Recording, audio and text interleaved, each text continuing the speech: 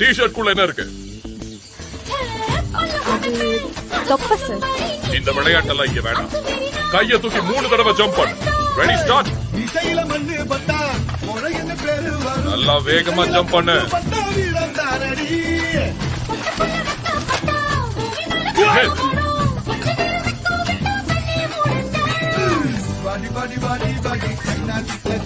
இருந்தாலும் தொப்பை இறங்கதானே போகுது.